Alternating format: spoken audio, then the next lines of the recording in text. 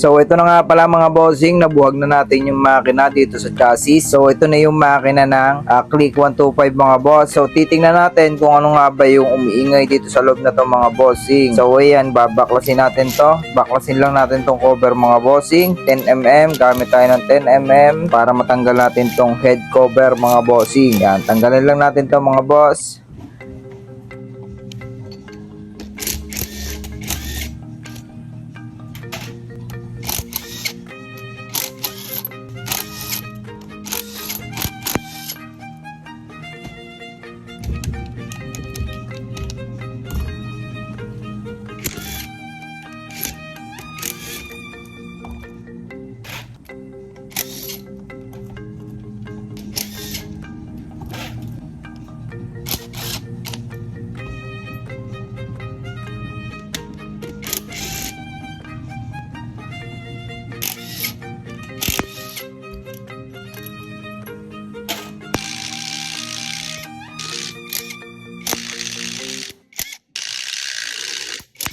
So dito nga mga bossing ay makikita na natin kung ano nga ba yung nasira dito at kung ano yung umiingay dito mga bossing. So baklasin lang natin to cylinder head. So ito mga bossing, nabaklas na nga natin. So kinalog ko dito yung cam bearing. So wala naman siyang problema. Goods naman yung mga cam bearing niya. So hindi na po natin papalitan yan. So dito po mga bossing ay tanggalin lang natin itong cam sprocket. Tapos itong head gasket. Tapos ngayon ay bubunutin natin itong cylinder block. Tingnan natin, i-check natin dito yung connecting rod kung kalog ba or hindi. So dito mga bossing, kung makikita nyo, ayan, baklas nga natin, overheat po yung block niya mga bossing. So ayan, ang daming tama. Ayan, kabilaan, taas baba, overheat po, naubusan daw po ito ng langis mga boss. Ayan, kung makikita nyo, yung piston, ayan o, ubos na ubos mga bossing. Tapos dito, kinakalog yung connecting rod. So may nakakalog na ako dito mga bossing. So medyo may kalog na din siya, kaya ngayon ay babaakin din natin to mga bossing. Tapos dito mga boss, napansin ko rin, ang laki ng kalog dito sa may piston.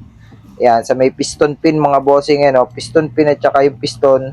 So lumuwag na, kaya kumakalog na. So ayan din po yung natakatak. Ayan po yung takatak na tunog mga bossing. Ayan o, kalog na kalog. Kung pagmasdan nyo, ayan o, kung makikita nyo, kalog na yung piston sa piston pin. So ayan po yung natakatak diyan. Kaya po sobrang ingay at nadamay na rin po yung sigunyal ni boss. Yung connecting rod, yung pin bearing. So nagkatama na rin siya. Kaya ngayon mga boss, ay babaakin ko rin to. Ayan, tinecheck ko na mabuti para goods.